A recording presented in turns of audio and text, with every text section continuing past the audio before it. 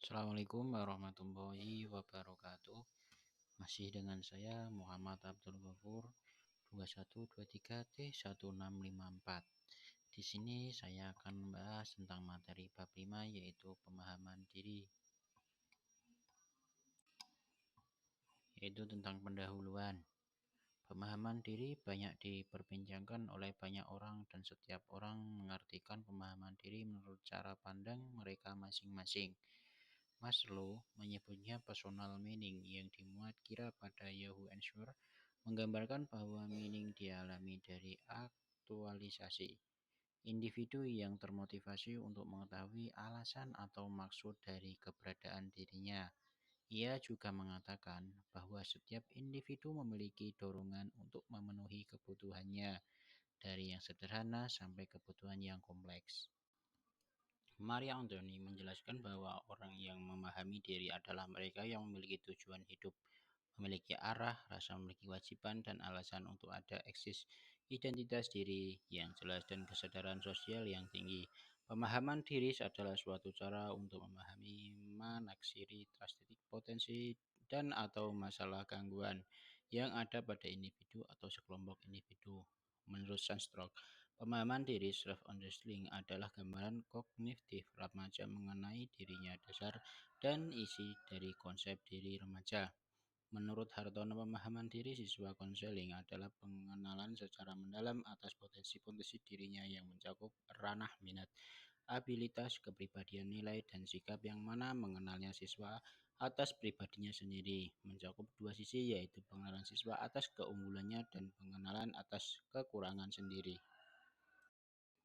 Pemahaman diri atau disebut knowing yourself oleh Levson or Consultant Cure merupakan aspek penting dalam pengembalian keputusan selanjutnya. Kemampuan siswa dalam pengambilan keputusan karir merupakan wujud nyata dari kematangan perkembangan karir siswa. Sedangkan kematangan karir menurut Schubert memiliki 6 dimensi, yaitu dimensi membuat pilihan karir, yang kedua dimensi kompetensi khusus tentang mencari informasi karir, yang ketiga dimensi konsistensi pilihan-pilihan, dan yang keempat dimensi pengembangan konsep diri. Yang kelima dimensi kebebasan membuat keputusan karir. Yang keenam dimensi konsistensi membuat pilihan yang realistis berdasarkan tujuan pribadi. Menurut E. Strong, minat definisikan sebagai suatu konstruksi yang berisi 4 atribut kualitatif. Shaviscock and Spoken 1999 yang mencakup pertama adanya perhatian yang kuat, precision attention, kedua adanya perasaan untuk menyukai suatu objek, a feeling of liking for an object, dan keempat adanya aktivitas activity yaitu ketertarikan mengerjakan suatu objek. Strong menggunakan 4 atribut kualitatif konstruktif minat menurut Woodward. Yang pertama yaitu configuration atau kondisi, merupakan atribut kualitatif minat. Yang kedua efficiency, effective efficient, sebagai atribut kualitatif minat di kedua yang diwujudkan dengan adanya perasaan terhadap suatu kegiatan atau aktivitas. Yang ketiga yaitu connotation atau konasi, sebagai atribut kualitatif, dan yang keempat action adalah atribut kualitatif minat keempat yang berupa tindakan. Adapun kegiatan ekstrakurikuler yaitu kegiatan karya ilmiah remaja KIR, pramuka, pasukan pengibar bendera, pasukan paskibraka atau latihan dasar kepemimpinan, palang merah remaja, dan berbagai kegiatan religius. Mengacu pada dua kelompok kegiatan tersebut, maka macam-macam minat siswa atau konseling juga dapat dikelompokkan menjadi tiga, yaitu yang pertama minat pada bidang-bidang kegiatan ekstrakurikuler, yang kedua minat pada bidang kegiatan ekstrakurikuler, dan yang ketiga minat pada bidang kegiatan karir. Jadi, pengertian-pengertian minat secara umum, minat merupakan ketertarikan seseorang untuk melakukan suatu aktivitas tertentu. Hal ini berarti minat seseorang bermacam-macam. Ada beberapa siswa atau konseling yang berminat melakukan aktivitas belajar kelompok, dan ada juga siswa atau konseling yang lebih berminat belajar mandiri. Minat dapat didefinisikan sebagai suatu sikap atau attitude atau perasaan senang atau feeling pada suatu objek atau event tertentu. Savage and Spoken 1999. Pilihan karir Minat karir merupakan salah satu isu penting. Para siswa atau konseling perlu mengenali minat karirnya sebagai salah satu aspek penting dalam memahami diri. Yang pertama yaitu ada realistik, yang kedua nevertigatif, dan yang ketiga artistik, dan yang keempat sosial, yang kelima entertaining, dan yang keenam konvensional. Dalam menyiapkan minat dan karier, siswa konseling yang berkompeten dibutuhkan perancangan dan persiapan untuk mencapai semua itu. Maka diperlukan adanya bimbingan karir bagi siswa atau konseling. Untuk membimbing mereka dalam merencanakan karirnya, bimbingan karir dilakukan oleh tenaga profesional. Seperti guru BK harus mempunyai pengetahuan yang luas dan berpengalaman tentang dunia karir. Guru BK diminta mampu memberikan informasi yang benar akan minat dan karir siswa atau konseling. Guru BK harus mengumpulkan data tentang kemampuan prestasi atau memberikan minat dan karir kepada siswa konseling. Guru BK juga harus menjalin kerja sama antar guru-guru dan orang tua. Guru BK menyediakan waktu, dukungan, perhatian, keterampilan, dan struktur yang memungkinkan siswa atau konseling lebih memahami tentang minat dan karir sendiri menjalani kehidupan yang lebih baik. Untuk rangkuman modul, dalam menyiapkan minat dan karir siswa atau konseling yang berkompeten dibutuhkan perencanaan dan persiapan untuk mencapai semua itu. Maka diperlukan adanya bimbingan karir bagi siswa atau konseling untuk membimbing mereka dalam merencanakan karirnya. Bimbingan karir dilakukan oleh tenaga profesional. Selain itu, pilihan karir. Minat karir merupakan salah satu isu penting. Para siswa atau konseling perlu mengenali minat karirnya sebagai salah satu aspek penting dalam memahami diri. Menurut Holland, minat karir seseorang terdiri dari 6 bidang research, yaitu yang pertama realistik, yang kedua interpretatif, yang ketiga artistik, dan yang keempat sosial. Yang keenam ada enterprising, dan yang keenam konvensional.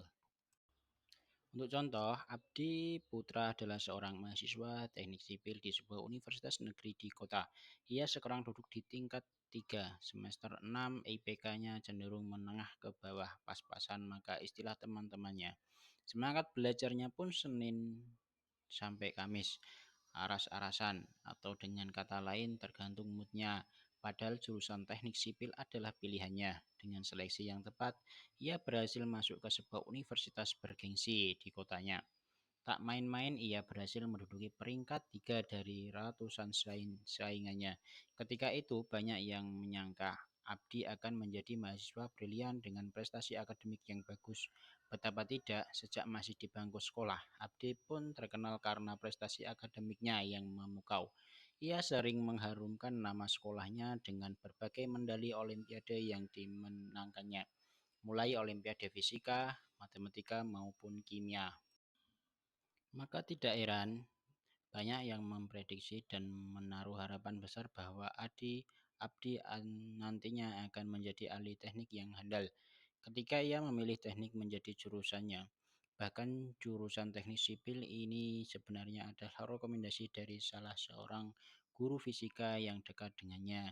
Ia akan menjadi insinyur yang sangat berbakat, begitu kata gurunya.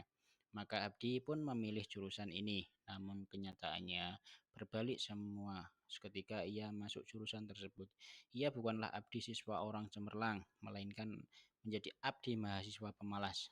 Tak ada semangat dan terancam drop out. Yang anehnya, Abdi tampak sangat antusias jika ia mengotak-atik komputer. Ketika ia menjelajah di dunia internet, ia sangat menikmatinya. Bahkan sekarang ini Abdi menjadi operator di sebuah warnet terbesar di kotanya. Suatu pekerjaan yang sangat bertolak belakang dengan kuliahnya. Apa yang terjadi? Apakah belajarnya terlalu rumit? Ilustrasi, menurut pandangan saya, semua orang pasti ingin menjadi seseorang kreatif dan bertindak menarik dalam penampilan, meyakinkan ketika berbicara, sukses dalam karir dan kehidupan keluarganya bahagia. Namun kenyataannya tidak semua dapat menjamin seseorang menjadi sukses dan pribadi yang menarik. Yang tidak kalah penting di sini adalah kemauan dan kesabaran terus berproses. Ingat, tidak ada jalan pintas untuk sukses, melainkan kemampuan untuk berbuat. Hidup bukanlah air yang mengikuti kemana arah alirannya, tetapi dalam hidup ini harus mengambil langkah yang sesuai dengan keinginan diri sendiri. Kita melihat contoh, misalnya ketika seorang calon mahasiswa ini mendaftar kuliah. Mereka pada umumnya masih bingung untuk memilih sebuah jurusan. Kebanyakan para siswa tidak mengambil potensi dalam dirinya sehingga yang salah dalam memilih jurusan. Hal yang diinginkan menyebabkan kegiatan kuliah terganggu. Abilitas atau ability adalah kemampuan seseorang untuk melakukan sesuatu perbuatan atau aktivitas atau Chaplin 2000. Kemampuan merupakan kecakapan atau kecerdasan yang dimiliki individu. Kamus Besar Bahasa Indonesia 1990. Menurut Garden 1993, kecerdasan adalah kemampuan untuk menyelesaikan masalah atau menciptakan produk yang berharga dalam salah satu beberapa lingkungan budaya dan masyarakat. Trevor 1998 dan Verlag 2009 juga mendefinisikan abilitas sebagai kemampuan untuk melakukan tindakan tertentu, baik fisik maupun mental. Tindakan fisik seperti meloncat, memukul, mengangkat beban dan ketinggian tertentu dan sebagainya. Adapun tindakan mental seperti berpikir, menganalisis, mensintesis dan sejenisnya. Definisi yang lebih luas dikemukakan memiliki Berlin 1995. Mereka mendefinisikan abilitas sebagai kemampuan individu yang mencakup tiga aspek. Pertama, yaitu ada ide-ide, simbol-simbol, hubungan-hubungan, konsep-konsep, dan prinsip-prinsip sebagai lawan dari kemampuan untuk memahami objek konkret. Kedua, abilitas sebagai kemampuan untuk memecahkan masalah seperti masalah belajar, ekonomi, sosial, budaya, dan sebagainya. Ketiga, abilitas sebagai kemampuan untuk belajar seperti belajar tentang matematika, belajar tentang bahasa, belajar tentang komputer, belajar tentang sejarah, dan belajar tentang biologi, belajar tentang fisika, dan lain-lain. Abilitas atau ability adalah kemampuan seseorang untuk melakukan sesuatu perbuatan atau aktivitas atau Chaplin 2000. Kemampuan merupakan kecakapan atau kecerdasan yang dimiliki individu. Kamus Besar Bahasa Indonesia 1990. Menurut Garden 1993, kecerdasan adalah kemampuan untuk menyelesaikan masalah atau menciptakan produk yang berharga dalam salah satu beberapa lingkungan budaya dan masyarakat. Trevor 1998 dan Verlag 2009 juga mendefinisikan abilitas sebagai kemampuan untuk melakukan tindakan tertentu, baik fisik maupun mental. Tindakan fisik seperti meloncat, memukul, mengangkat beban dan ketinggian tertentu dan sebagainya. Adapun tindakan mental seperti berpikir, menganalisis, mensintesis dan sejenisnya. Definisi yang lebih luas dikemukakan memiliki Berlin 1995. Mereka mendefinisikan abilitas sebagai kemampuan individu yang mencakup tiga aspek. Pertama, yaitu ada ide-ide, simbol-simbol, hubungan-hubungan, konsep-konsep, dan prinsip-prinsip sebagai lawan dari kemampuan untuk memahami objek konkret. Kedua, abilitas sebagai kemampuan untuk memecahkan masalah seperti masalah belajar, ekonomi, sosial, budaya, dan sebagainya. Ketiga, abilitas sebagai kemampuan untuk belajar seperti belajar tentang matematika, belajar tentang bahasa, belajar tentang komputer, belajar tentang sejarah, dan belajar tentang biologi, belajar tentang fisika, dan lain-lain. Untuk kesimpulan, dalam menyiapkan minat dan karir siswa atau konseling yang berkompeten dibutuhkan perencanaan dan persiapan untuk mencapai semua itu, maka diperlukan adanya bimbingan karir bagi siswa atau konseling. Untuk membimbing mereka dalam merencanakan karirnya, bimbingan karir dilakukan oleh tenaga profesional. Selain itu, pilihan karir atau career choice. Minat karir merupakan salah satu isu penting. Para siswa atau konseling perlu mengenali minat karirnya sebagai salah satu aspek penting dalam memahami diri.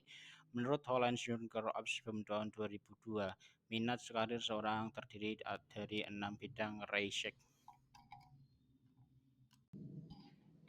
Terima kasih. Berikut adalah presentasi dari saya. Saya Muhammad Abdul Ghafur dengan NIM 2123T1654. Saya undur diri. Bila ada salah kata, saya mohon maaf. Billahi taufik walhidayah. Wassalamualaikum warahmatullahi wabarakatuh.